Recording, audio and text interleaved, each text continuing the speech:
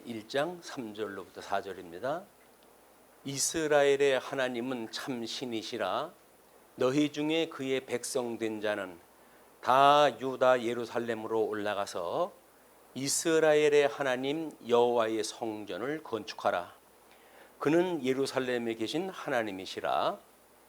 그 남아있는 백성이 어느 곳에 머물러 살든지 그곳 사람들이 마땅히 은과 금과 그 밖의 물건과 짐승으로 도와주고 그 외에도 예루살렘에 세울 하나님의 성전을 위하여 예물을 기쁘게 드릴지니라 하였더라. 오늘 에스라서의 이야기입니다. 이제 우리 에스라, 느헤미야, 에스더가 선민국가의 회복이라고 하는 제 4절에 대한 그 내용이기 때문에 이제 자리에 바뀌었어요. 그리고 이제 아마 19일 날, 26일 날 해가지고 느헤미야, 에스더서까지 하게 되면 구약 우리 역사서의 내용이 전부 소개가 될 거라고 보여집니다. 자, 그러면 우리 그 4절에 대한 그 이야기가 선민국 회복에 대한 이야기인데요. 그 회복에 대한 이야기를 보시게 되면 에스라서에서부터 에스더서까지 되어져 있는데 오늘은 에스라에 대한 이야기 아니겠어요?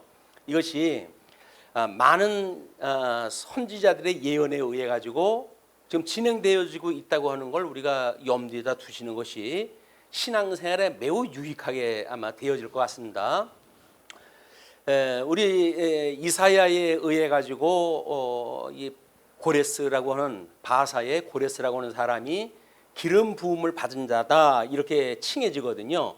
그냥 이방인으로서의 삼직을 가지고 있는 사람들을 보게 되면 왕직에 대한 건 고레스 또는 뭐 우리 제사직에 대한 거는 우리 그 아브라함한테 11조를 드렸던 멜기세덱이라고 하는 그런 그 분을 이야기할 수가 있고, 선지자라고 한다면 뭐 여러 가지가 있지만 그 중에 요시야를 전사케 했던 바로 애굽의 그런 그 왕이야말로 하나님의 명령을 받고 공격을 내가 하러 간다라고 하니까 내가 이 전쟁을 네가 말리지 마라 라고 하는데 그 하나님의 말씀을 듣지 않음으로 해가지고 요시야는 결국 거기서 전사를 당하게 되거든요. 그러니까 이와 같이 하나님께서는 이스라엘 백성들을 중심으로만 해가지고 삼직의 역사를 섭리하시는 것이 아니라 이미 모든 그 세계인들을 통해 가지고도 삼직의 역사를 다 해가셔요. 물론 천상의 천사들도 삼직을 통해 가지고 역사를 섭리해 가십니다. 그래서 하나님의 소식을 전하는 천사장이라든가 또는 이제 통치를 갖다 하는 전쟁의 선지자도 세워주시고 그 왕직을 갖다 감당할 그런 천사도 세워주시고, 이것이 모든 천사 그룹도 그렇게 해요. 그룹이라고 하는 그 제사장도 마찬가지입니다. 이렇게 해서 천사들도 결국은 하나님의 삼직, 그 하나님은 예수님을 기름을 부어가지고 삼직을 통해 가지고 직임 사역을 하게 하신다고 그랬잖아요.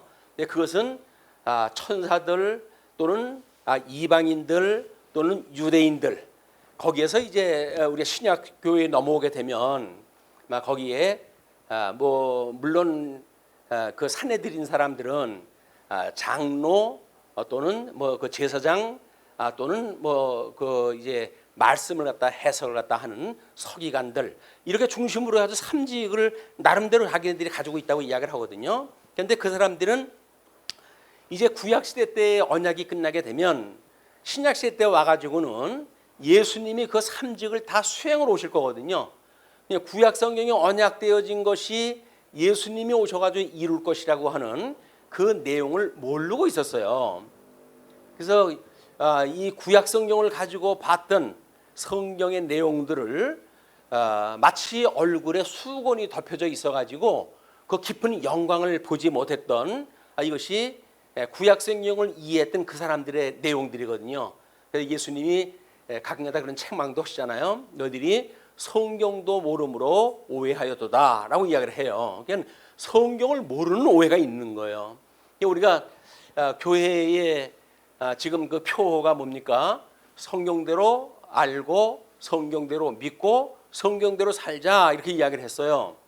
그게 뭐냐면 종교 개혁 당시에 그들은 오직 성경의 권위를 부여하게 되어진 거거든요. 이건 그때 당시에 교황이나 교회의 권위를 오직 이 말씀에만 있는 거다라고 해가지고 성경의 권위를 주장할 때 했어요.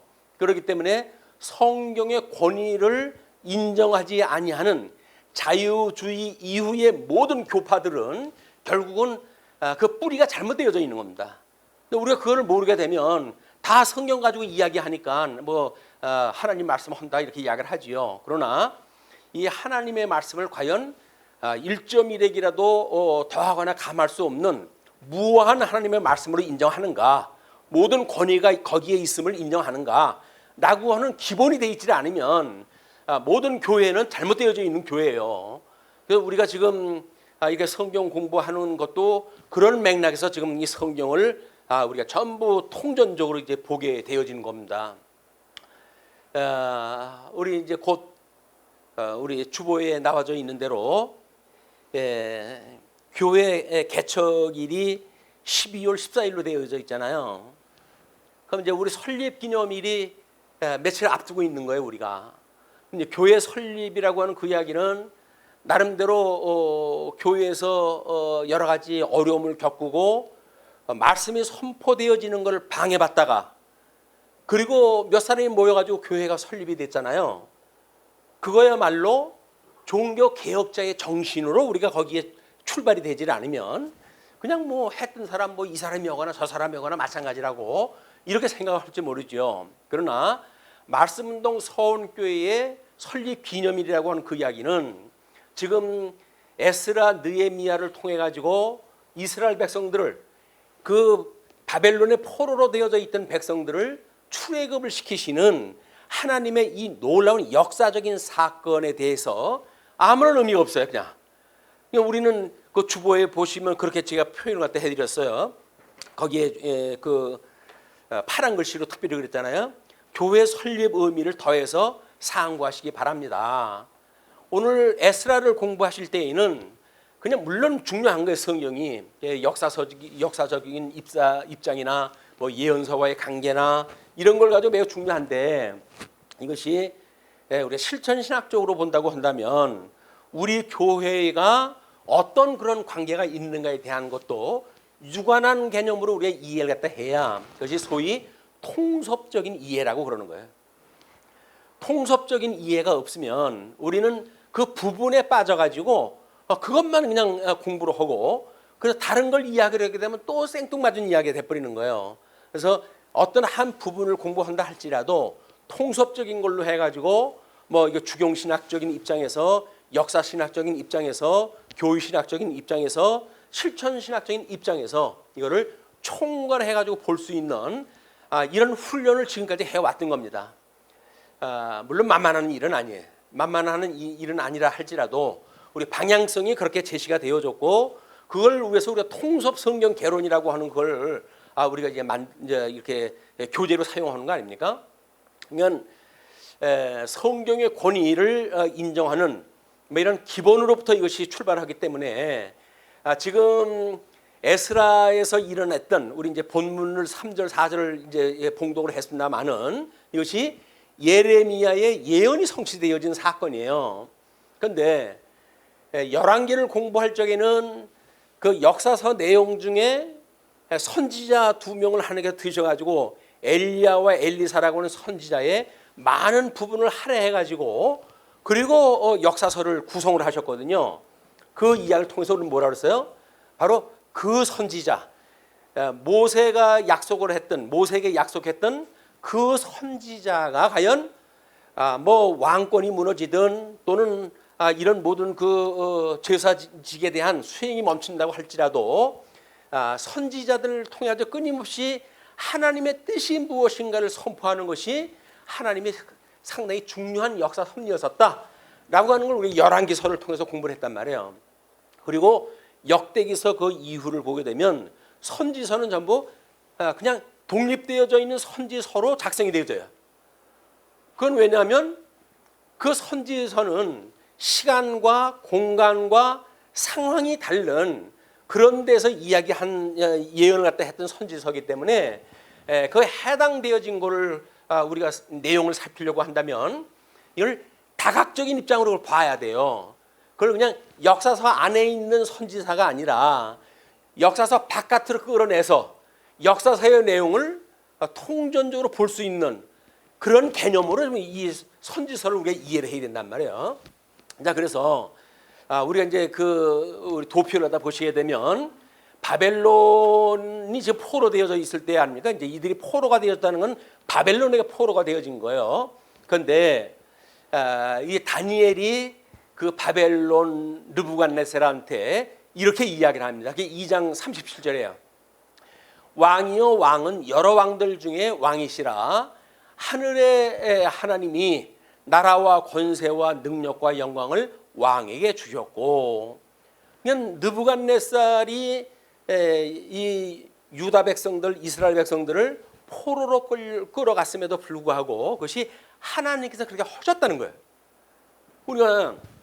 우리들이 어떤 어둠에 처해져 있는 삶을 살 때에도 우리 하나님이 나를 이쪽으로 인도해 가고 계시구나, 이걸 인정하는 것이 중요한 거예요. 그것이 우리가 음침한 골짜기를 지난다라고 이제 시편 기자는 이야기를 하잖아요. 음침한 골짜기를 지날지라도 라고 하는 그것이 하나님이 함께 하신다고 하는 그런 이유 때문에 우리가 담대한 믿음을 가지고 그걸 지나갈 수가 있단 말이야.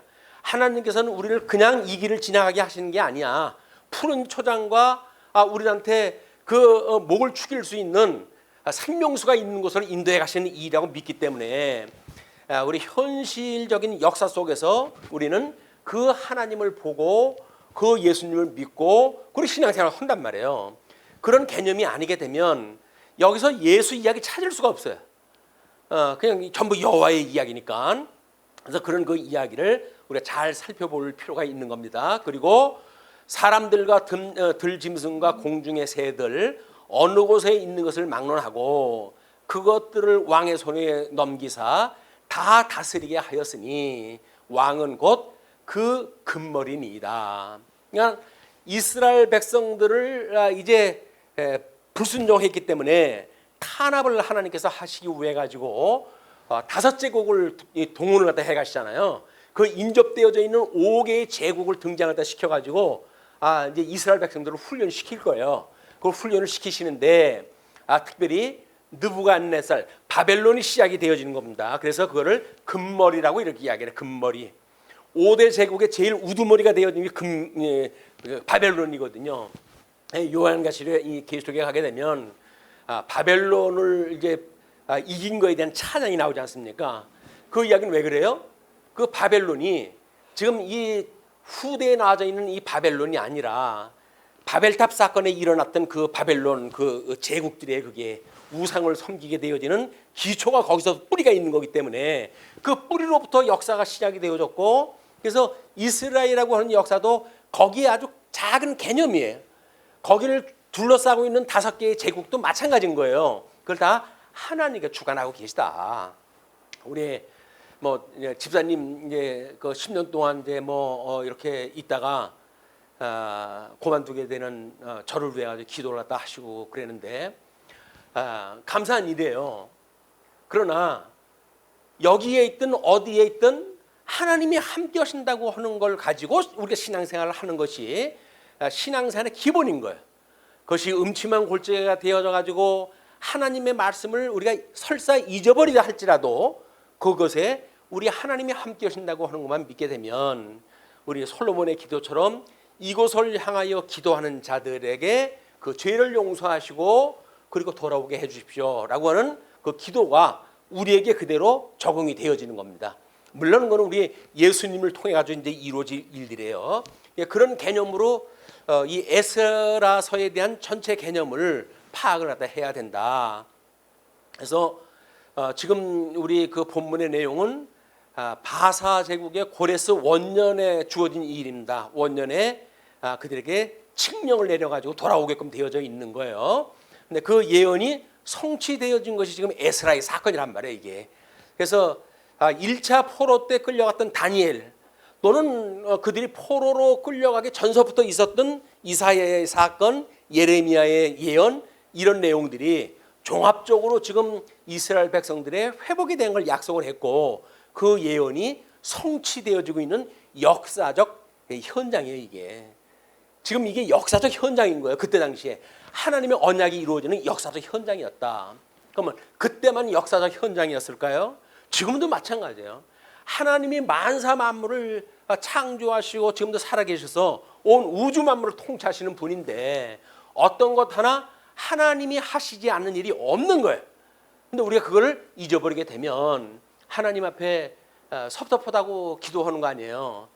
제가 그래도 하나님 앞에 신앙생활 헐렁콩 하는데 저를 이렇게 어렵게 할 이유가 뭡니까? 라고 이야기를 해가지고 우리가 하나님을 원망하기도 그러는데 그거는 하나님을 모르기 때문에 그래요.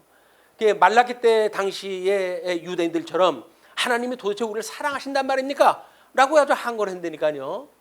하나님과 간단하게 이야기를 합니다. 내가 에서는 미워하고 야곱은 사랑하지 않았다냐 그 이야기를 해요. 그 뭔 얘기예요? 택한 백성은 하나님께 사랑을 하시고 불택한 백성은 멸망시키시는 게 하나님의 뜻이란 말이에요. 그럼 우리가 예수님으로부터 구원받았다고 하는 그 이야기는 뭐예요? 우리가 하나님의 아들이라고 하는 것을 인침받는 순간 아닙니까? 그걸 우리가 잊어버릴 수는 없단 말이에요. 우리 삶이 이렇게 살아가다 보게 되면 어려운 삶이 있다 할지라도 하나님께서 예수 그들을 우리로 하여금 믿게 해서 구원의 백성, 하나님의 백성으로 삼아주셨다. 그래서 하나님을 아버지라고 부르며 살아갈 수 있는 이런 성도의 삶을 살아가기 위해서 하나님을 기억나게 하실 거예요. 그것이 우리의 모든 삶의 문제를 해석하게 되어지는 그런 그 성경적 원리가 되어집니다. 그래서 지금 이제 뭐 성전 재건에 대한 그 문제를 가지고 1차 기환에 대한 역사가 소개가 되어지는데, 자 그러면 7장 그 에스라 7장 13절에 보게 되면 조소를 내리노니 우리나라에 있는 이스라엘 백성과 그들 제사장들과 레위 사람들 중에 예루살렘으로 올라갈 뜻이 있는 자는 누구든지 너와 함께 갈지어다. 이게 회복의 역사를 보게 되면 1차, 2차, 3차 때로는 뭐 다른 그 역사적인 사건으로 해가지고 4차까지도 분석을 하는 그 사례가 있어요. 우리가 유수되어질 때도 마찬가지 아니에요.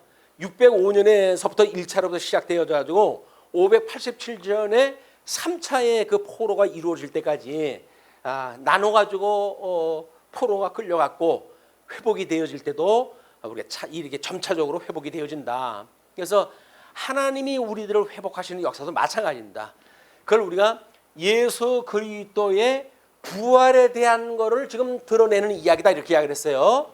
유수는 예수 그리스도의 죽으심, 그 다음에 회복은 예수 그리스도의 다시 부활하심, 이걸 좀 보여주는 거라고 이야기를 했기 때문에 우리 교리에서 가르쳐주는 그 대우리문답 52문에 보게 되면 그리스도는 그의 부활에서 어떻게 높아지셨는가, 이거는 전 성경을 놓고 성경 그 우리 웨스트민스터 신앙 고백을 했던 개혁자들이 이걸 정리했다 한 거란 말이에요. 그러면 무엇이라고 했는지는 우리가 한번 읽어봐야 되지 않겠어요?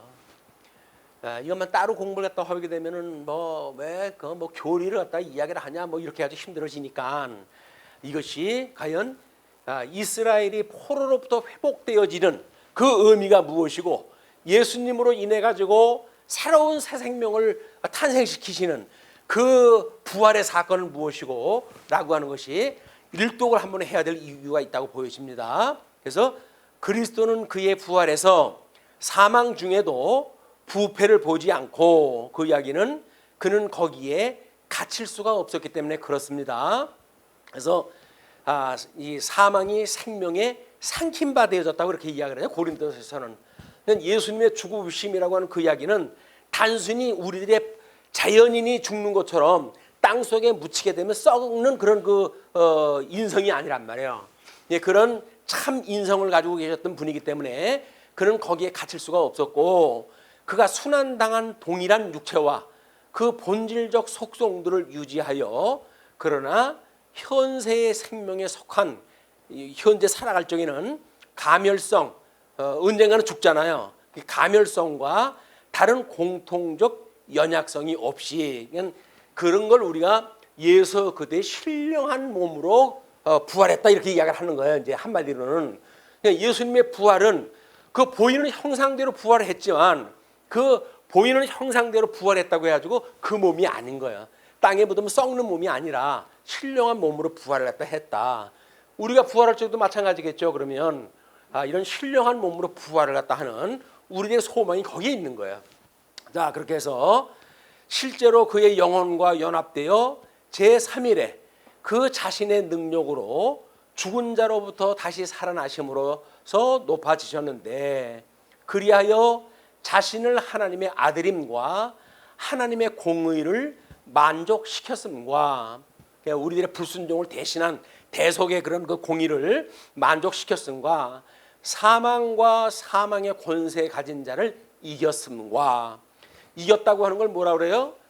우리의 원시복음이라고 하는 창세기 3장 15절에 여자의 후손은 뱀의 후손의 머리를 칠 거라고 이렇게 이야기를 했잖아요. 그러면 사단 권세도 머리를 치는 것이 원천적인 승리예요. 그러면 예수님의 지금 이 몸을 이 사망의 권세 가진 자를 이겼다라고 하는 그 이야기를 머리를 쳤단 말이에요. 아직도 그의 몸뚱아리가 남아가지고 세상에 이렇게 어려움을 좀 주고 있는 상황 아닙니까? 이게 공중 권세 잡은 자들을 우리가 잘 살피고 그 머리가 죽었던 사단을 그런 실체를 우리가 제대로 파악을 해서 하나님의 말씀을 제대로 이해함으로 해가지고 궁극적으로 선한 싸움에 승리해가는 성도의 삶을 소망을 가질 수가 있는 거예요. 왜? 예수님이 머리를 쳐가지고 깨트렸는데 그분은 지금도 우리 하나님 보호자 우편에서 주님의 몸된 교회를 두루 감찰하시면서 요한계시록의 그 7교회를 그 금촛대를 사이를 갖다 도시는 예수님을 보여주셨잖아요. 그분이 우리 말씀운동 서울교도 좀 하감하고 계시다. 우리들이 하는 게 그냥 하는 게 아니에요. 우리 하나님이 지금 뭐 한 가지 한 가지 다 내려보고 있는 가운데 하는 거예요. 그 중에 인집사라고 해서 거기 없겠어요. 채집사라고 해서 없겠어요. 다 포함되어져 있는 거예요. 그게. 그런 하나님이 지금 우리를 내려다 보시는 가운데 우리가 신앙생활을 한다고 하는 이 놀라운 긍정적인 믿음이라고 하는 그 이야기는 매우 필요한 거다. 그것이 이스라엘 백성들은 역사적으로 포로로 죽였다가 70년 만에 다시 그 나라를 회복시켜준다는 이야기는 없어요. 그냥 망하면 망하는 거지 70년 만에 다시 살려내질 않습니다. 그런데 하나님께서는 이 바벨론의 포로로 끌려갔던 이스라엘을 정확하게 예언자들의 이야기처럼 70년이 지나자 그를 불러내시는 역사를 지금 섭리가 딱 하시는 거거든요. 자, 그래서 그리고 산자와 죽은 자의 주되심을 선포하셨다. 그래서 우리가 주님 이렇게 이야기를 하는 거예요. 그는 그 모든 것을 자기 교회의 머리라는 공인으로서 예수님은 교회의 머리가 되신 거예요. 그럼 교회의 몸은 뭐예요? 우리 교회 우리가 그의 몸이란 말이에요. 그러니까 머리가 온전하게 되어져야 온전하신 머리에 의해 가지고 그 통치가 여기까지 이루어지는 거 아닙니까? 그것이 시편 133편 같은데 그 아론의 머리 위에 기름을 부은 것이 얼마나 아름다운지요라고 하는 걸 찬양을 하지 않습니까? 왜?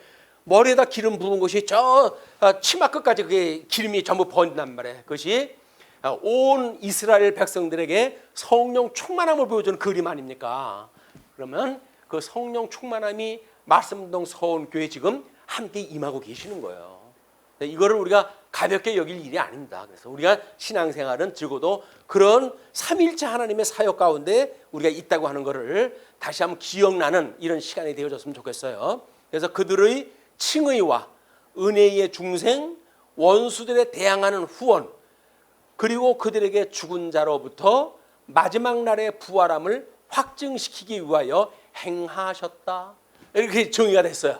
자, 그러면 우리는 이제 복음서를 공부할 적에 예수님의 삼직을 다 이루셨다고 이야기를 했어요. 그 삼직 중에 제사직을 보게 되면 제사의 3요소가 있는데 제사의 3요소를 모형적으로 보여줬던 이스라엘 백성들은 제물을 잡아가지고 제단에서 잡아가지고 제사장이 제사를 드렸잖아요. 그걸 제사의 3요소라고 이야기를 했어요. 그럼 실체적인 걸로 보게 되면 우리 예수 그리스도가 6월절 어린 양으로 돌아가셨잖아요. 그것이 제물로 돌아가신 바가 되어지는 거예요. 참 제사를 드리시는 제물로 예수님이 돌아가셨고, 그리고 예수 그리스도께서 3일 만에 부활을 하셨는데, 그 부활하실 때 뭐라 그래요? 너희들의 성전을 헐라, 내가 성전을 사흘 만에 다시 세우겠다 이야기하셨잖아요. 그 성전 세우신 것이 예수 그리스도의 부활 사건이란 말이에요. 자, 이스라엘 백성들을 지금 모형적으로 이 그림을 보여주고 있는 거예요. 에스라한테 지금 이 모형을 보여주고 있는 거기 때문에 우리는 복음서를 통해 가지고 실체적인 게 뭔지를 알고 있잖아요. 그러면 구약 성경에 설명하는 거를 더욱 자세히 볼 수가 있겠죠. 이해하기를 하려고 지금 그렇게 하는구나 라는 거 하는 걸 알 수가 있단 말이에요. 그러니까 신구약 성경을 넘나들면서 공부하는 것이 매우 중요하다. 이런 원리를 모르게 되면 구약 성경만 보고는 그게 무슨 뜻인지 몰라요. 그리고 거기서 부활이라고 하는 걸 찾아낼 수가 없다는 게 그 사람들은. 이런 원리를 우리가 이런 통섭적인 우리 이런 그 교제를 통해 가지고 확인할 필요가 있다. 그런데 중요한 거는 우리 예수 그때 죽으심과 부활이 십자가에 도라고 그랬어요. 그렇죠? 왜 예수님이 십자가 죽으셨을 때 그것이 매달려져 있는 십자가를 보여주는 그림이고, 예수님이 사흘 만에 부활하셨다. 그 얘기는 뭐예요? 빈 십자가 아니에요. 빈 십자가. 우리 개혁교회에서 보여주는 십자가란 말이에요. 그러니까 예수 그때 죽으심과 부활을 어떤 복음의 핵심으로 놓고 있는데, 여기 이제 오해가 만들어지는 거예요. 왜냐하면 로마서에서 이야기하기를 하나님이 우리들의 그런 죄를 내서 대신 돌아가셨다. 그리고 예수님이 부활하심으로, 우리 아까 대열의 문답을 확인할 때 했지만, 그 대열의 문답에서 부활의 이야기를 한 것처럼 우리가 예수 그리스도로 말미암아 새로운 사람으로 부활되어진 거야. 그래서 우리는 영적으로 새로운 피조물이 되어진 거야 라고 이제 알 수가 있단 말이에요. 근데 문제는 영적인 피조물로 우리가 새로운 피조물이 되어졌는데, 그러면 십자가의 도를 통해서 다 믿어졌으니까 끝난 거 아니야? 라고 생각이 든단 말이에요. 그게 뭐 한국 교회뿐만 아니라 모든 그 지금 세계 기독교의 오해인 거예요. 뭘 할지를 몰라요. 우리가 뭘 해야 되지? 예수 믿고 구원받아가지고 이제는 새로운 피조물이 됐는지, 그거는 이제 성경을 통해 믿게 되어졌다니까요. 그럼 어떻게 살아야지? 그걸 모르는 거야. 어떻게 살아야지? 뭐 사람 구원하는 것이 우리들의 일이지. 그래가지고 구원의 목적으로 두는 것이 우리 과거의 개혁교회의 일이었었고, 그건 아닐 거야 라고 하는 것이 신정통주의를 중심으로 한 사회 구원을 주장하는 사람들의 이야기예요. 이제 너희들이 구원받았으니까 세상으로 나가지고 세상 사람들을 구원해야지 라고 하는 이야기란 말이에요. 그 이야기는 예수 그리스도의 이 제사직을 제대로 이해를 못해서 나타나는 일들이에요. 왜? 예수님은 부활해가지고 지금 승천하셨어요. 승천하셨다는 이야기는 뭐예요? 지금 어디가 계셔요? 하나님 보좌 우편에 계시잖아요. 자, 우리는 비하의 신분으로 해가지고 죽으심을 공부했어요. 승기의 신분으로 해가지고 부활로 해가지고 모든 것을 축약해서 그냥 부활이 승기의 신분이라고 이해하는 수준에 머물렀단 말이에요. 그런데 승기의 신분을 보게 되면 이 부활하셨던 예수님이 승천하시고 하나님 보좌 우편에 앉아 계시고, 그리고 우리를 위해서 중보 기도를 다 하시고, 그리고 심판을 갖다 마지막에 하시려고 재림을 하시는 것이 사도신경을 고백했던 그 내용들 아닙니까? 말로는 사도신경을 고백을 하는데 그 의미를 모르기 때문에 그 사람들은 사도신경도 외울 필요가 없다는 거예요. 왜? 그게 무슨 사도들이 쓴 것도 아니고 그걸 왜 사도복음이라고 해가지고 우리가 신앙 고백해야 되느냐, 그 이야기거든요. 그 이야기는 뭐예요? 우리가 사도신경을 통해 가지고 고백하는 예수 그리스도의 승기의 신분의 나머지 부분이 주님의 몸된 교회를 섭리해 가시는 예수 그리스도의 천상 사역에 의해서 완성되어지는 거 아닙니까? 요한계시록에 오게 되면 다 이루었다라고 예수님이 선언을 하신 거예요. 온전히 이루어진 게 언제 이루어진다고요? 요한계시록에 가야 다 이루어지는 거라니까요. 근데 복음서만 읽고는 다 이루어졌다고 생각을 하니까, 왜? 예수님이 요한복음서에 보면 뭐라 그래요? 다 이루었다 그러잖아요. 십자가에 돌아가시면서. 다 이루었다고 생각하는 거예요. 근데 그거는 아니다. 요한계시록에 보게 되면 그 주님의 몸된 교회를 주님께서 거룩하게 하시는, 영화롭게 하시는 일이 마쳤을 때 다 이루었다라고 선언이 되어지는 거다. 그 이야기는 뭐예요? 그러니까 우리는 예수님의 이 죽으시고 부활하셨던 사건, 복음서의 내용뿐만 아니라 서신서의 내용은 예수 그리스도의 천상 사역으로서 성령 보내신 성령이 그걸 증거하는 내용들이란 말이에요. 천상에 계신 그리스도께서 좀 이렇게 해 가십니다 라고 하는 걸 기록한 거예요. 우리는 우리 역사 서신을 통해서 뭐라 그랬어요? 하나님의 사역이라고 그랬잖아요. 사역. 그 사역은 뭐예요? 의와 나라를 전도하는 거예요. 그게 보통 우리 과거에 지금까지 일반 교회가 생각하고 있었던 개혁교회에서 구원이 상당히 중요한 거다, 또는 자유주의계 쪽의 계열에서 사회 구원이 중요한 거다라고 두 가지 본 건 뭐예요? 그의 의와 나라라고 하는 관점에서 그것만 본 거예요. 유감스럽게도. 그러나 이제 우리는 여행서신이 끝나게 되면 바로 우리 옥중서신이 소개가 되잖아요. 그 옥중서신은 뭐예요? 신분이란 말이에요. 신분. 그 신분은 바로 예수 그리스도의 신분이 어떻게 승기의 신분을 지금 행하고 계시는가, 그걸 보여주는 거 아니에요. 비록 내가 복음을 전하다가 포로로 옥에 갇힌 신세가 되어졌지만 하늘에 계시는 하나님께서는 나를 하감하고 그리고 나의 모든 일들을 남겨두시고 행하게 하고 계시다. 그러므로 언젠가는 나를 놓아주실 것이고, 나를 놓아주게 되면 내가 복음을 더 전하고 이제 하나님 나라 가게 될 거야 라고 하는 것을 사도 바울은 알고 있었던 거예요. 그 내용들을 기록한 것이 우리가 옥중서신이라고 이야기를 하는 거예요. 그 옥중서신이 신분, 예수의 신분이라고 그랬으니까. 그리고 이제 목회서신이 등장하잖아요. 그 목회서신은 뭐예요? 너희들 내 그 몸된 교회인데 내가 가지고 있는 은사, 선지직임을 가지고 있는 은사, 또는 통치직임을 가지고 있는 은사, 또는 제사직임을 가지고 있는 은사, 이걸 가지고 너희들을 되니까 그 직임을 수행함으로 해가지고 나를 기억하고 주님의 몸된 교회를 주니까 친히 지금 다스리고 계시구나라고 하는 걸 기억해야 돼 라고 우리가 주신 거예요. 그게 성령의 강림으로 인해서 우리가 권능을 받고 증인의 사역을 감당을 하는데, 뭐 어떻게 할까요? 그냥 예수님이 죽었다가 살아났다네 그 얘기만 하고 말까요? 그러므로 여러분들은 이제 뭐 마음대로 사세요. 이제 하나님이 다 우리 죄를 사해 줬습니다 라고 하는 걸로 그냥 퉁치고 말까요? 그게 아니란 말이에요.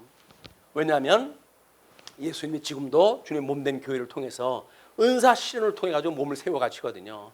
그래서 우리가 목양회, 치양회, 집사회 구분되어진 게 뭐예요? 그걸 좀 이루어가는 일이에요. 그걸 제도적으로 해가지고 뭐 수평적인 조직이라든가, 우리는 갑질하는 걸 우리는 배격한다든가, 이런 사회학적 입장이 아닌 거예요. 하나님 주신 은사가 어떻게 실현되어지고 있는가. 목회를 하고 있는 목사 위에도 주님이 있고, 치리하고 있는 장로들 위에도 우리 주님이 계시고, 교회를 섬기는 집사들 위에도 주님이 그걸 갖다 통치를 하신다는 이야기거든요. 근데 그걸 오해를 하게 되면 우리는 너무 신사적이어서 우리는 수평적 조직을 하고 있어, 이런 현상만 보고 이야기가 되어진단 말이야. 그런 그 깊이 있는 이야기를 갖다 못하고, 그 매우 중요한 일이기 때문에 예수님의 아직 신분에 나머지 있는 신분이 그대로 남아져 있다. 그거를 우리가 이런 그림 하나 가지고 총체를, 신구약 성경의 그런 개념을 파악을 하다 하는 게 중요한 겁니다. 자, 그러면 뭐 에스라는 지금 이제 소개되어진 대로 이런 그 인물이에요. 과거 우리 열왕기 공부할 적에는 엘리야, 엘리사가 있었던 이분을 공부를 했다고 한다면, 역대기를 공부했을 적에는 이제 여기에 이제 북쪽 이스라엘 멸망되어져 가지고 유다의 나머지 부분의 왕직에 대한 걸 이야기를 했다 그랬잖아요. 이때에는 선지자가 전부 별책으로 처리가 되어졌다. 왜? 지금 만약에 이들이 다시 돌아오는 에스라의 사건을 이야기를 한다면, 그들을 위해 가지고 이사야에서는 하나님의 의외로 정죄의 사건을 이야기했던 내용들, 또는 사대의 사건을 이야기했던 것들, 예레미야를 통해서 자손이 어떻게 멸망되어지는가, 어떻게 회복되어지는가, 또는 에스겔을 통해 가지고는 어떻게 땅을 잃어버리고 땅을 잃어버렸던 땅을 어떻게 회복되어지는가, 이런 게 전부 통합적으로 되어 있는 거거든요. 그렇기 때문에 다른 이 서신서는 별책 처리가 되어져 있다. 그래야 어떤 한 가지 사건을 볼 때 먼저 예언이 어떻게 되어졌고 나중 영광이 어떻게 되어졌고 하나님의 의에 대한 영광이 어떻게 되었고 자손 언약에 대한 것이 어떻게 이루어졌고 땅 언약에 대한 것이 어떻게 이루어졌고 통치 언약에 대한 것이 어떻게 이루어졌는가라고 하는 걸 통합적으로 이해할 수가 있기 때문에 그러는 거예요. 근데 이걸 따로 그냥 줄처럼 이렇게 책 읽듯이 공부해가지고는 될 수가 없는 겁니다. 이걸 이제 우리가 이 시대는 통섭의 시대예요. 모든 걸 아울러 가서 생각할 수가 없으면 사회생활을 못 합니다. 이것이 우리가 이 시대에 살아가는 우리들의 하나님께서 주셨던 지혜라고 보여집니다. 자, 그렇다고 한다면 우리 선지자의 예언의 그 근거는 이미 모세오경이 근거한 내용이라고 그랬어요. 그 근거에 의해서 이 행언약으로 인해서 망할 것과 은혜 언약으로 인해 가지고 다시 구원 회복되어질 것을 약속했던 내용이기 때문에 그 내용은 역사서에서 고루 이렇게 진행이 되어졌다라고 하는 걸 한눈으로 저 창세기서부터 요한계시록에 이르기까지 이걸 우리가 한꺼번에 이해할 수 있게끔 도표화한 겁니다. 자, 그래서 70년 포로된 예언을 예레미야 25장 1절로 11절까지 했거든요. 70년 포로 생활을 하다 이야기를 하다 했어요. 물론 솔로몬이 성전을 짓고 하나님 앞에 기도할 적에도 마찬가지입니다.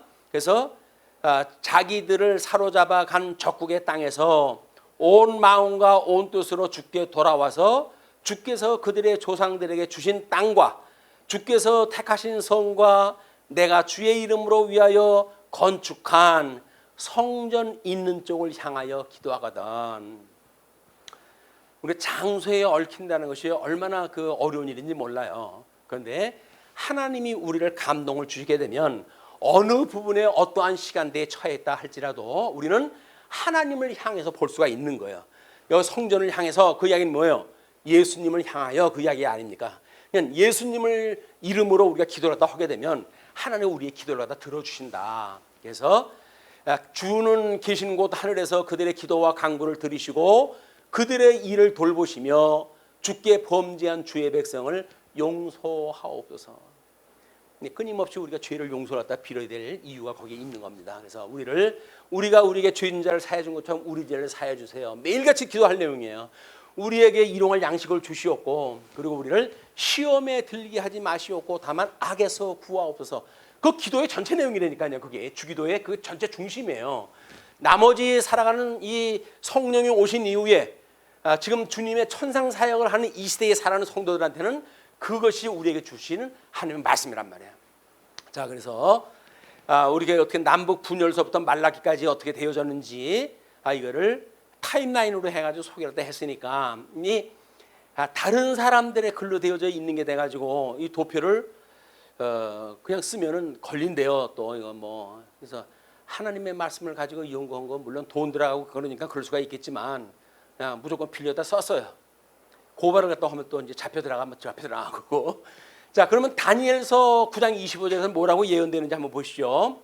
그러므로 너는 깨달아 알지니라 예루살렘을 중건하라는 영이 날 때부터 기름 부음을 받은 자 곧 왕이 일어나기까지 7 이레와 62 이레가 지날 것이요 그 곤란한 동안에 성이 중건되어 광장과 거리가 세워질 것이며 62 이레 후에 기름 부음을 받은 자가 끊어져 없어질 것이며 장차 한 왕의 백성이 와서 그 성읍과 성소를 무너뜨리려니와 그의 마지막은 홍수에 휩쓸린 같을 것이며 또 끝까지 전쟁이 있으리니 황폐할 것이 작정되었느니라. 그가 장차 많은 사람들과 더불어 한 이레 동안의 언약을 굳게 맺고 그가 그 이레의 절반에 제사와 예물을 금지할 것이며 또 포악하여 가증한 것이 날개를 의지하여 설 것이며 또 이미 정한 종말까지 진노가 황폐하게 하는 자들에게 쏟아지리라 하였느니라. 자, 이 다니엘서에서 이야기했던 예언의 내용이에요. 그 예언의 내용이 바사 제국에 의해 가지고 회복에 대한 모든 것이 이루어지는데 그건 잠시 뒤에 보시기로 하고 지금 다니엘서에서 이상 내용을 보게 되면 총 우리 이런 그 네 짐승에 대한 것이 나와요.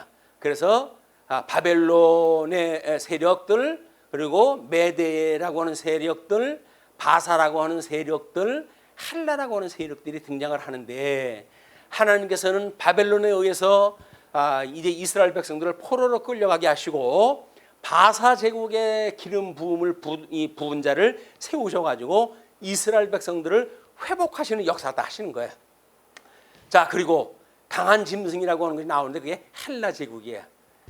그 유명한 그 알렉산더에 의해 가지고 전 유럽을 갖다 제패하게 되어지는, 인도까지 가게 되어지는 그런 무서운 그런 제국의 짐승의 모습을 보게 되어지는데, 그러나 그 뒤에 등장하는 것이 바로 디아도코이라고 하는 다른 새 뿔에 대한 그런 그 이야기였다. 우리만 이렇게 우리가 대체로 보는 다니엘서의 개념이에요. 근데 그렇게 보지 않는 사람들은 우리한테 여러 가지 이론을 제시할 수가 있어요. 그러면 이 기회에 왜 이렇게 우리가 보할 수밖에 없는가? 하나님께서 70일에 대한 예언을 하셨잖아요. 다니엘에게 예언하셨던 것이 70일에. 그래서 7일에 하나님의 영이 날 때로부터 기름 부은 자가 일어날 때까지 그것이 7일에가 걸리고 62일에 걸쳐가지고 이렇게 하나님의 이 성이 중각되어지는 그런 것까지 다 이루어진다. 그런데 나중에 한 일회가 남았는데 그 한 일회가 바로 우리 그 안티오코스 4세의 박해의 사건이고, 거기에서 어떻게 이 마카비에 의해 가지고 성전이 수전되어지는 모습이 다니엘서 배경이란 말이에요. 그럼 70일회로 해가지고 예언을 했으면 70일회로 봐가지고 이게 그냥 쭉 연결시켜져 있는 사건인데, 여기서 강한 짐승에 대한 걸 로마 제국으로 해석을 해버리게 되면 나중에 7장 15절서부터 나와져 있는 그 한 일에 박해되는 사건은 이미 165년경에 이루어지고, 그리고 예수님 오신 뒤에 나머지 로마 제국이 등장해가지고 이스라엘 백성 박현되는 거 아닙니까? 논리적으로 맞지는 않아요. 뭐 하나님의 말씀에 논리가 틀린다고 해서 말씀이 아니지 않습니까? 뭐 이런 이론을 제기할 수가 있어요. 그러나 역사적으로 우리 해석해야 된다는 건 뭡니까? 역사 맥락을 통해서 이해를 해야 된다는 거거든요. 그러니까는 다니엘서에 수많은 이론들이 있을 수가 있어요. 왜? 지금까지 그래 왔으니까. 그러나 우리가 이거를 그들이 보는 거와 다르게 메대와 바사가 연합국인 거 맞아요. 그럼에도 불구하고 그들이 통치했던 이 기간은 정말 다릅니다. 그냥 그 바사에 의해 가지고 기름 부음을 받은 자라든 세우실 때는 이것이 메대와 바사가 사위와 이 장인과의 관계였거든요. 한 몸인다 할지라도 그는 메대가 배제되어진 것이 아니다. 이미 그 앞서 메대가 있었고 그 뒤에 바사가 등장을 했다라고는 네 제국의 새로운 해석이 필요한 겁니다. 자, 뭐 다 설명을 할 수는 없으니까 이 정도로 보면 아시겠죠? 자, 그런데 지금 고레스에 의해서 기름 부었다고 그랬잖아요. 그럼 기름 부음 받은 자가 언제 끝날까요? 헬라 제국이 끝나요. 바사 제국이 끝나요. 언제? 331년에 헬라 제국이 등장을 하거든요. 헬라 제국이 등장을 하게 되면 바사 제국의 기름 부음 받은 자의 머리로부터, 고레스라고 하는 머리로부터 그 제국의 모든 몸이 다 끝이 나는 그 시절, 그게 기름 부음 받은 자가 끊어질 때란 말이에요. 물론 유대적으로 해준 대제사장들이 돈 주고 지기를 사고 뭐 이런 것 때문에 그 기름 부음 받은 자들을 끊을 때가 또 이제 나와요. 그때쯤 해가지고. 그래서 이 짐승 권세에 대한 이야기와 음료의 권세에 대한 이야기가 어떻게 비교가 되어지는지를 잘 이해할 필요가 있다. 자, 그러면 이스라엘 포로의 기한으로 성취된 예언 아닙니까? 근데 1절부터 11절까지의 내용만 보시게 되면 성취된 예언이 이스라엘의 남은 자를 위해서 고레스가 사용될 것이며 예루살렘이 재건되고 성전이 회복될 것이다. 이렇게 예언이 됐어요. 그 이사야서 44장 28절의 이야기예요. 이사야서는 북쪽 이스라엘이 멸망하기 전서부터 있었던 선지자입니다. 그런 의미가 뭔지를 우리가 이제 알아야 돼요. 근데 바사 왕 고레스가 태어나기 전에 하나님께서는 고레스가 세계를 통치할 것과 그 일을 이루실 것을 알고 계신다. 하나님이 전지성이에요. 전지성. 자, 그러면 예수 그리스도 안에서 창세전에 우리를 예정하신 하나님께서 우리를 아신다 모르신다? 하나님이 우리의 손을 갖다 붙들고 인도하시는 분이에요. 나보다 더 잘 알고 계신 분이 우리 하나님이라니까요. 그러니까 그 하나님 앞에서 우리가 엉뚱한 짓하고 그러면 안 돼요. 나보다 더 잘 알고 계시는 하나님이에요. 왜? 우리의 머리카락 세신 바가 되시는 분이니까. 그런 하나님이 우리 아버지예요. 그런 하나님을 믿고 우리가 이 어두운 시대, 지금 힘든 세대, 이렇게 비록 우리가 이런 어려운 시절을 살아간다 할지라도 그런 믿음을 가지시고 우리가 승리하는 이런 믿음의 생활이 되었으면 좋겠다라고 하는 생각이 절로 납니다. 이 하나님을 잊고 있기 때문에 고민인 거예요. 이 하나님이 생각나지 않기 때문에 걱정인 거예요. 그러나 이 하나님 우리가 기억이 나게 되면 우리는 지금 어려운 이 음침한 길을 가고 있는 우리들을 주님께서 우리들의 오른손을 붙드시고 우리가 넘어질지라도 아주 엎드러지게 하시지 아니하시는 그 주님을 기억나게 하신다.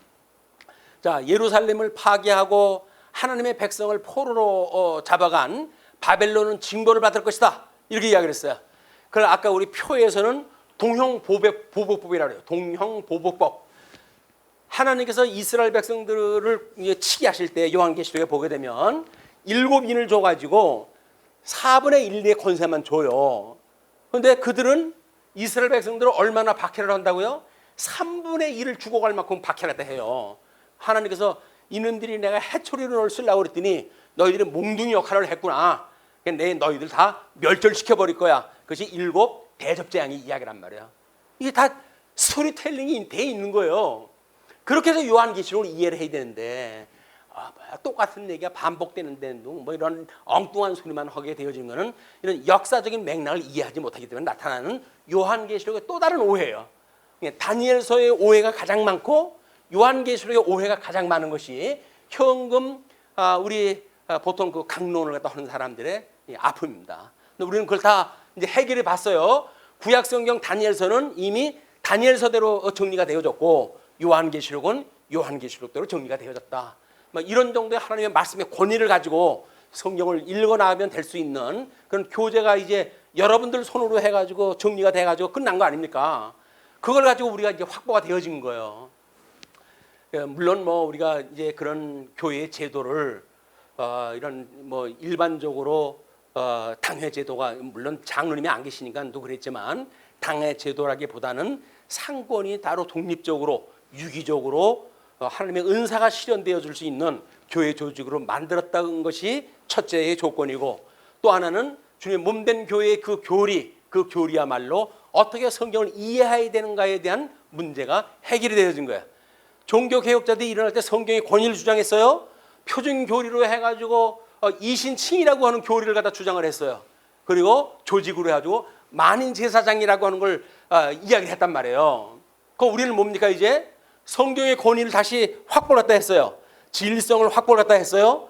그리고 우리 그 교리에 대해서 이신칭이라고 하는 것이 절반만 이해했던 사람들과 달리 우리는 천상사역까지 통한 전 신약성경을 통해 가지고 이신칭의 개념을 얘기를 했단 말이에요. 그럼 뭐예요? 지금도 우리를 거룩하게 인도해 가신다는 거예요. 섰다 함도 아니고 이루었다 함도 아니다. 다만 그 표대를 향하여 다른 박질을 치는 거라고 그러잖아요. 사도 바울이. 그 다 이루어졌다고 하니까 이제 할 게 없는 거예요. 그러니까 뭐 구원받았고 할 거 없는데 뭐 그럼 이제 내 할 일 해야지. 그래서 엉뚱한 짓을 한단 말이에요. 그것이 아니다. 아직도 해야 될 일이 나머지 인생의 전체가 하나님의 할 일로 나머지 있는 사람들이 우리가 그것이 선한 싸움이다. 자, 그러면 우리 이신칭에 대한 거 이제 확립이 됐어요. 그리고 조직이 뭐라 그랬어요? 만인제사장이라고 그랬잖아요. 만인제사장이니까 회중교회를 만들어줘 하면 되겠네. 왜? 만인제사장이니까. 그렇게 하는 것이 옳을까요?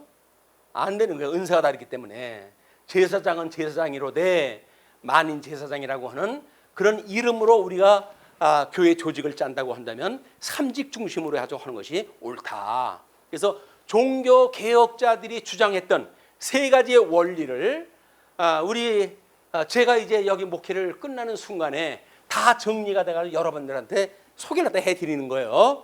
종교 개혁의 완성은 우리들을 기반으로 해서 이루어 나가도록 하나님께서 초석을 우리한테 닦게 만드신 거예요. 우리의 사명이 얼마나 대단한 겁니까? 이제 일을 위해 살아가는 사람들인데 교회에 무슨 뭐 조그만 일 좀 한다고 해요. 제세고 그러면 안 돼요. 하나님의 이 일을 갖다가 지금 우리가 하고 있는데 중차대한 죽었던 인간 살려가지고 그 일을 하라고 기껏 뭐 은사 주고 그랬더니 뭐 생색을 내 교인을 또 하면서 생색은 그러는 거 아니에요. 하나님 앞에 정말 겸허한 마음으로 겸손한 마음으로 감사한 마음으로 할 일이지. 그래서 쓸데없는 생각하면 안 된다. 제가 이제 끝날 때가 된 건 분명하죠. 막말도 하잖아요 이제 이러면. 그러나 저 이제 할 이야기가 없기 때문에 할 시간이 없어요. 이 말씀을 드려야 되기 때문에 뭐 좀 듣기 어려운 이야기지만 그렇게 하신 거예요. 이제 드린 거예요. 자, 그리고 세 번째, 이스라엘이 바벨론에서 70년간 포로 생활을 할 것이며 그 후에 하나님께서 그들을 회복시키실 것이다. 예레미야 29장 10절에 이야기한 건데 70년의 바벨론 포로 생활이 지난 후에 수르바벨이 이끄는 이스라엘 포로민들이 고향으로 귀환하였다. 이게 1차 귀환이에요. 에스라가 2차 귀환이고 우리는 2차 귀환했던 에스라서를 보고 1차 귀환이 어떻게 되어졌던 걸 지금 이해를 하고 있는 겁니다. 그리고 다니엘서도 보게 되면 하나님께서 바벨론 제국을 심판하실 것이다. 바벨론 제국은 메데 바사 제국에게 패할 것이다. 그래서 그 다음 세대 제국에 의해서 멸망받게끔 되어져 있어요. 영원한 제국은 없습니다. 지금 제국을 가지고 꿈꾸는 나라가 어디 있어요? 중국이지요. 뭐 그 아시아에 있는 모든 인종들을 갖다 다 묶어놓고는 그 전부 지네 거래. 전부 한복도 지네 거래. 예, 그걸 김치도 지네 거래. 왜 그럴까요? 조선족이 있거든요 거기에. 이런 무식한 인간들이 어디 있어요? 이게 중국. 하나님께서 이 중국 망하게 할 거 얼마 안 남았습니다. 그러면 뭐예요? 이제 우리가 복음 들고 갈 때가 이북 통일되어질 거고 중국 무너질 거고 그 우리들이 이제 복음 주는 거 하러 가야 될 거 아닙니까? 우리들의 시대가 멀지 않았다는 거예요. 멀지 않았다는 거야. 근데 유한한 삶을 사는 우리들의 입장에 보게 되면 저는 이미 나이를 먹어가지고 은퇴를 갖다 하지 않습니까? 그럴지라도 머리로부터 오셨던 그런 몸된 교회는 모든 인류가 끝날 때까지 예수님 다시 오는 날까지 완성되어져 간다. 이런 믿음과 확신을 가지고 우리가 이 일을 갖다 할 필요가 있습니다. 자, 에스라 당시에 바사의 왕들의 고레스 2세로부터 해가지고 아닥사스다 1세까지 소개가 되어지는데 아닥사스다 1세 때 그 이제 느헤미야가 거기 술관으로 있었고 그런 걸 지금 소개하는 그런 그 때의 왕입니다. 그래서 지금 아닥사스다 2세 때에 그 기름 부음 받은 자가 끊어지는 거야. 왜? 331년에 그들이 완전히 그 헬라에 의해 가지고 무너지기 때문에 그렇습니다. 자, 바벨론에서 포로에서 귀환되어지는 사람들이 1차 귀환, 2차 귀환, 3차 귀환이 있는데 1차 귀환 때는 고레스라고 그랬어요. 고레스. 이제 우리 하나님께서 고레스를 선지자 기름 부음 받은 자로 세워 가지고 그로 하여금 해방령을 내리잖아요. 칙령을. 그 칙령에 의해 가지고 돌아온 사람들이 스룹바벨과 예수한데 포로민 귀환을 허가했어요. 그리고 성전 건축을 허가했어요. 성전 기명 반환을 약속을 했어요. 성전 건축 자재를 지원했어요. 이게 훨씬 일이에요. 자, 그때 돌아온 사람들 보십시오. 일반 회중 42,360명. 두 번째 노비 7,337명. 노비를 특별히 여기다 이 이름을 써놓은 게 무슨 까닭입니까 이게? 하나님께서 회복의 역사는 비천한 자로부터 시작되는 거예요. 세상에 비천하다고 해가지고 우리가 비굴할 것도 없어요. 그걸 가지고 기죽을 것도 없어요. 왜? 우리가 그러기 때문에 주님께서 우리를 구원했다고 하신 거니까. 구원하시는 조건을 가지고 주신 거예요. 아니 내가 잘 나가고 그랬으면 지금 대통령 출마를 만약에 했다. 그럼 이럴 시간 없어요. 저 가가지고 사람들한테 뭐 이러고 저러고 해가지고 표 뜯으려고 생각할 때 해야지. 왜 그런 일을 갖다 안 주실까요? 너는 그냥 성경 가르쳐. 그 이야기예요. 그게 하나님 섬기는 경외하는 모습이니까 그게 가장 우리들의 가치로운 일이라고 여겨져야 우리 담대한 믿음뿐만 아니라 그거에 대한 감사, 감격 그리고 우리들의 놀라운 신앙생활이 가능할 거 아닙니까? 아이고 먹을 것도 얼마 없어가지고 질질 매면서 뭔 뭐 목사라고 해가지고 이런 걸로 해도 기죽으면 되겠어요? 안 되는 거예요. 안 되는 거. 근데 모르겠어요. 모르겠지만 그것이 아니라는 거예요. 왜 그런 이야기를 갖다 할까요? 이제 12월 흘러쳐 끝나잖아요. 끝나게 되면 내 이야기 아닙니까? 그럼 저라고 해가지고 이 강론 기억나지 않겠어요? 나보고 들으라고 하는 이야기, 나보고 들으라는 이야기. 예? 지금 제가 하는 이야기는 누구한테 하는 이야기라고요? 저한테 하는 이야기라니까요. 정신 차려, 정신 차려. 그 이야기 해야 돼요. 2차 그 귀한 때 오시는 분들 봐요. 거기에 레위인이 포함되잖아요. 제사를 드리려면 뭐가 있어요? 필요해요. 제사장이 필요한데 첫 번째 회복할 적에는 노비 출신이니 뭐 이렇게 별별 일 없는 사람들이 와가지고 털을 닦고 그러다가 그 강력한 반대에 부닥치고 그러니까 성전 짓는 거 중단돼 버리고 알잖아요. 이 에스라가 제사장까지 다 끌고 이제 오고 그러므로 해가지고 레위인이 참여가 되어짐으로 해가지고 성전을 재건되어지는 조건을 하나님께 주신다. 어떤 사람들이 귀국하느냐에 따라서 하나님께서 그 뜻을 이루시는 의미가 있는 거예요. 그러면 1차 우리 고레스 칙령에 의해서 오신 분들 뭐 아무 필요가 없냐? 아니죠. 근데 뭘 했어요? 성전에 기초를 놓으신 분들이에요. 성전에 기초를 놓으셨다니까요. 완성은 안 됐지만 기초를 놓았다. 이런 말이 나오면 이제 신나죠? 우리 종교 개혁자들이 아직도 완성되지 않은 것에 대한 그 마무리에 우리가 기초를 우리가 보았다라고 이야기하면 뭐예요? 완성될 날이 멀지 않았구나. 종교 개혁 완성 멀지 않았어요. 중국 망하면 이제 그 복음 다 증거 뭐 잠깐 새야 한간께서 바람처럼 복음 증거하시게 되면 될 겁니다. 그러면 복음 다 증거되는데 뭐 오실 거예요? 이제 오셔가지고 우리들을 갖다가 공격했던 애매겼던 바벨론 세력들, 공중권세 잡은 자들 이런 다 쓸어가지고 무적행 속에다 집어넣으실 겁니다. 그런 소망 중에 살아가는 거예요. 그래 우리 원수들이 우리를 공격한다고 할지라도 뭐예요? 불쌍하게 보이죠. 내가 하나님의 자손인 걸 알면 저러질 못할 텐데 저게 무슨 마음을 먹고 저럴까? 그들을 위해서 기도하라 되는 거 아니에요. 그러면 원수는 하나님께서 갚아주신다. 어떻게? 그의 머리 위에 숯불을 펴가지고 뭐예요? 지옥불에 넣어가지고 심판하신다는 거거든요. 우리가 그만큼 하나님 앞에 대단한 하나님의 사람들이에요. 우리가 그런 하나님의 자녀로 정말 그런 그 믿음의 소중한 그런 걸 가지고 이 어려운 시대를 우리가 이겨나갔으면 좋겠습니다. 뭐 다 읽어가지고 소개라도 해드렸으면 좋겠습니다만 시간이 없기 때문에 뭐 4차로 돌아오는 것도 똑같아요. 돌아오는 것이 다만 이제 그 느헤미야에 대한 이야기는 수산성에 있었던 거를 중심으로 해서 이야기가 되어지기 때문에 조금 이제 먼 데서부터 오는 걸로 설명이 되어졌지만 바벨론 제국으로부터 이게 왔는데 이것이 이 메데 바사의 제국으로 인해 가지고 바벨론은 무너지고 이 메데 바사 제국 당시에 바사의 제국이 우리가 돌아온 곳이다 이렇게 보시면 될 겁니다. 자, 그래서 선지자 아이야의 예언대로 예수님은 양성을 가지고 계신 분이라고 그랬어요. 인성과 신성을 어떻게 이루시는가?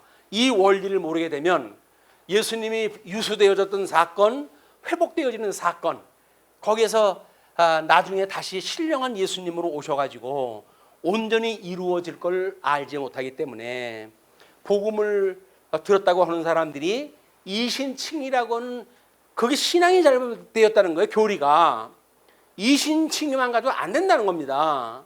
근데 뭐라 그래요? 우리 복음은 우리 구약 성경을 믿는 그 믿음으로부터 신약 성경을 믿는 믿음으로까지 일어나니 오직 의인은 믿음으로 말미암아 산다고 그러잖아요.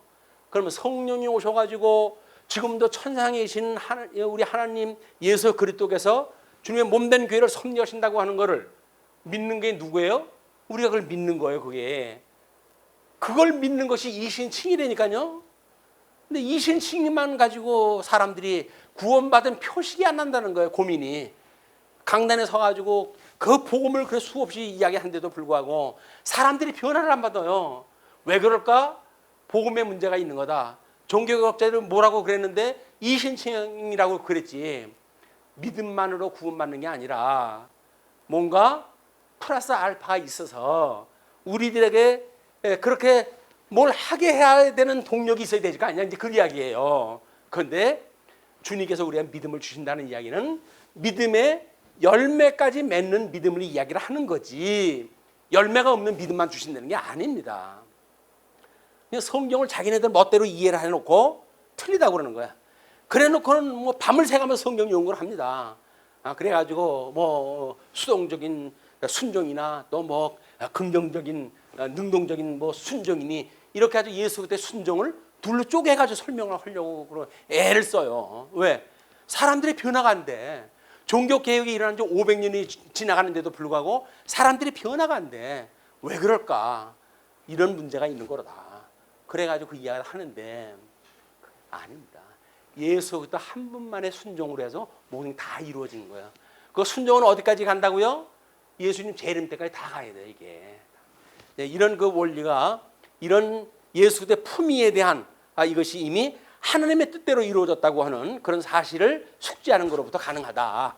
그리고 유소와 귀환이라고 하는 그 이야기를 한 표를 가지고 비교할 수 있도록 표를 갖다 해드렸으니까 그것도 살펴보셨으면 좋겠어요. 그래서 유다의 유소와 귀환 뭐 이렇게 가지고 설명 갖다 해드렸고 포로 시대의 귀환에 대한 건 따로 막 이렇게 가지고 우리 역사적인 맥락을 쭉 소개 갖다 했으니까 참고하시기 바랍니다. 그리고 예레미야 및 8세기 선지자들의 활동을 이야기를 했는데 아까 우리 타임라인에 보게 되면 통일 왕국이 이뤘을 때 시가서가 대부분 기록이 됐잖아요. 그냥 시가서의 역사적인 배경은 통일 왕국 시대 때예요. 선지서의 배경은 언제예요? 망할 때에 망할 때. 그것이 역사서를 두고 시가서의 배경과 선지서의 배경이 구분되어지는 이유입니다.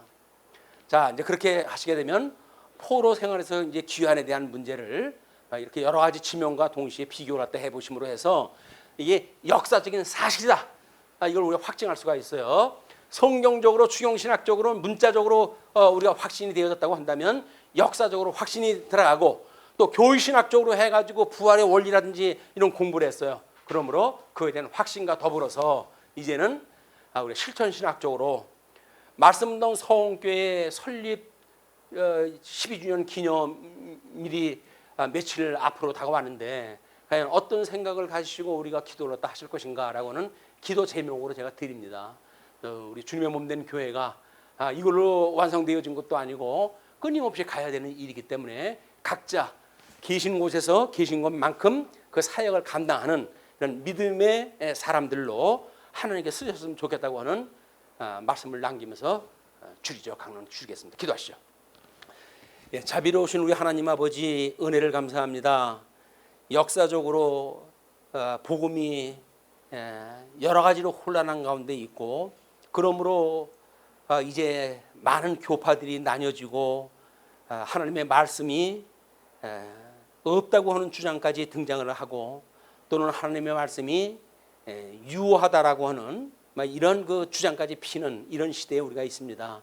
그러나 종교 개혁자들이 이야기했던 것처럼 하나님의 말씀은 1.1약이라도 더하거나 감할 수 없을 만큼 완전 무결한 하나님의 특별 계시라고 하는 것을 저희들 기억하게 하시고 그래서 그 모든 권위를 성경에 두고 우리들의 행동 거시를 돌아볼 때마다 하나님의 말씀을 일용할 양식을 삼을 수 있는 지혜와 총명을 허락하여 주시길 빕니다.